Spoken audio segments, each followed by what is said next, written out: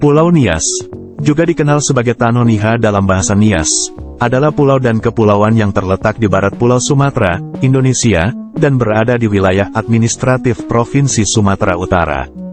Pulau ini merupakan yang terbesar di antara pulau-pulau di pantai barat Sumatera, dihuni oleh mayoritas suku Nias, Ono Niha.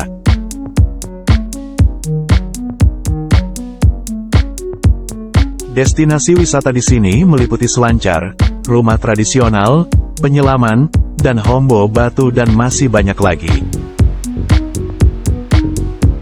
Pulau dengan luas wilayah 5.625 km persegi ini memiliki populasi hampir 1 juta jiwa dan terbagi menjadi 5 daerah administratif, 1 kota, dan 4 kabupaten. Pulau Nias terbagi atas 5 daerah administrasi yaitu Kabupaten Nias dengan pusat pemerintahan di Gido,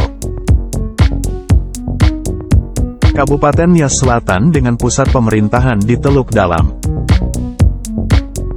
Kabupaten Nias Utara dengan pusat pemerintahan di Loto,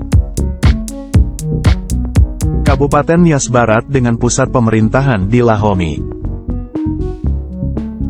Kota Gunung Sitoli.